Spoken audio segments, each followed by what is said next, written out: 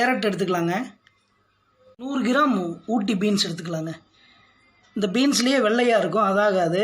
இந்த மாதிரி க்ரீனாக இருக்கிற ஊட்டி பீன்ஸ் தான் நல்லா டேஸ்ட்டாக இருக்குங்க. 2 பெரிய வெங்காயம் எடுத்துக்கலாங்க.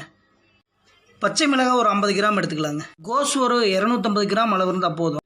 இப்போ நம்ம வெஜ் ஃப்ரைட் ரைஸ்க்கு தேவையான ஆனியன், கோஸு, கேரட், பீன்ஸு, சில்லி இதெல்லாம் கட் பண்ணி வச்சுட்டோம்.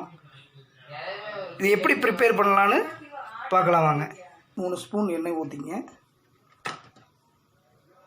எண்ணெய் காயிட்டும்.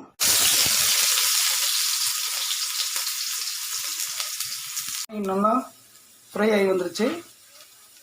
இப்போ கோஸு போட்டுடலாம். கோஸு, பீன்ஸு, கேரட்டு எல்லாத்தையும் போட்டுடலாம்.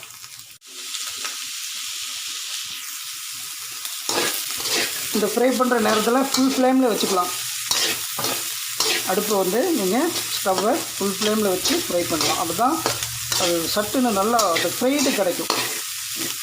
ஏன்னா அந்த கோஸில் இந்த கேரட்லாம் வந்து நீர்த்தன்மை இருக்கும். அதெல்லாம் கொஞ்சம் ஃபாஸ்ட்டாக உங்களுக்கு வேபர் ஆகும்.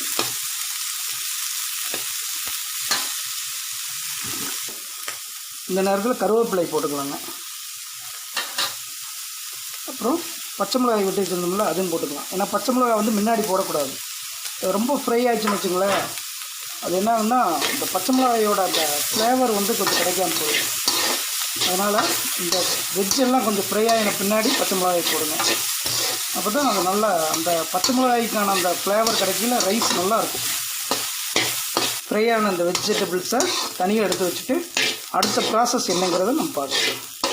ஏன்னா நம்ம வீட்டு ரைஸில் பண்ணுறோமில்ல, அதனால தான் இந்த ப்ராசஸ். ஆனால் வந்து நீங்கள் பாசுமதியில் செஞ்சிங்கனாலும் இந்த ப்ராசஸ் பண்ணிங்கன்னா ரொம்ப நல்லாயிருக்கும். இன்க்ரீடியன்ஸ் எல்லாம் ரொம்ப உள்ளுக்குள்ளே வந்து ரொம்ப ஆட் ஆகி நல்லா டேஸ்டியாக இருக்கும், நல்லா ஃப்ரைடாகவும் இருக்கும்.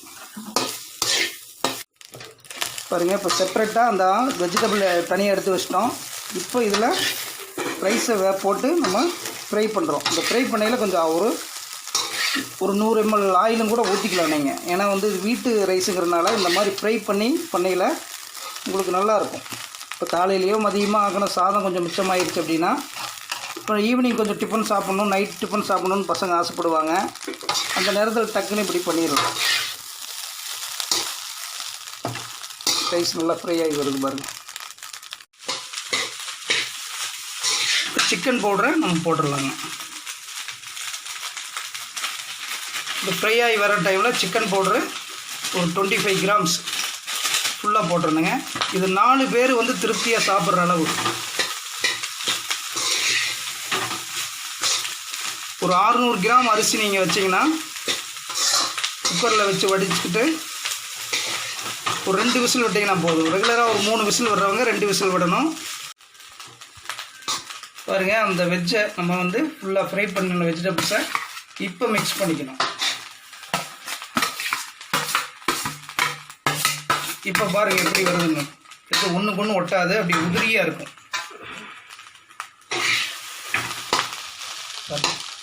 இப்போ ரெஸ்டாரண்ட்டில் இதுக்காக நிறைய இன்க்ரீடியன்ஸ் எல்லாம் ஆட் பண்ணுவாங்க ரைஸ் இந்த மாதிரி வர்றதுக்கு. அங்கே பாசுமதி ரைஸ் யூஸ் பண்ணுவாங்க.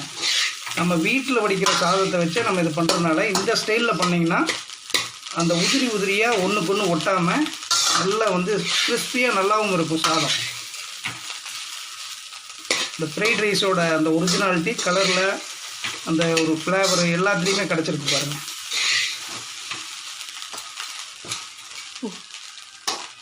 இப்போ தேவையான அளவு சால்ட்டு போட்டுக்கலாங்க.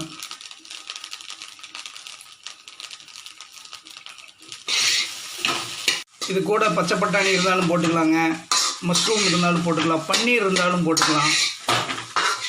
ஸோ நம்ம வந்து சிக்கனு அதெல்லாம் போட்டிங்கன்னா அந்தந்த ரைஸை அது மாறிடும், ஒன்றும் பிரச்சனை இல்லை. இப்போ நம்ம இருக்கிறத வீட்டில் இருக்கிறத வச்சு ஒரு இந்த நைட்டுக்கு ஒரு சூடாக சாப்பிட்ணும் அப்படிங்கிறதுக்காக ஒரு ஃப்ளேவர். இப்போ மதியம் செஞ்ச சாதம் அது என்ன பண்ண முடியும், அதுக்குன்னு தனியாக எதுவும் பண்ண முடியாது, இருந்தாலும் பழைய சாதம் ஆயிரும். இப்போ ஃப்ரெஷ்ஷான ஒரு ரைஸை நம்ம ரெடி பண்ணிக்கலாம். அப்படி பாருங்கள், ஒரு homemade tomato sauce veg fried rice.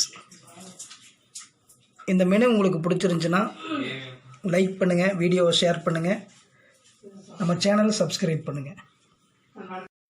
I never made it, but I know I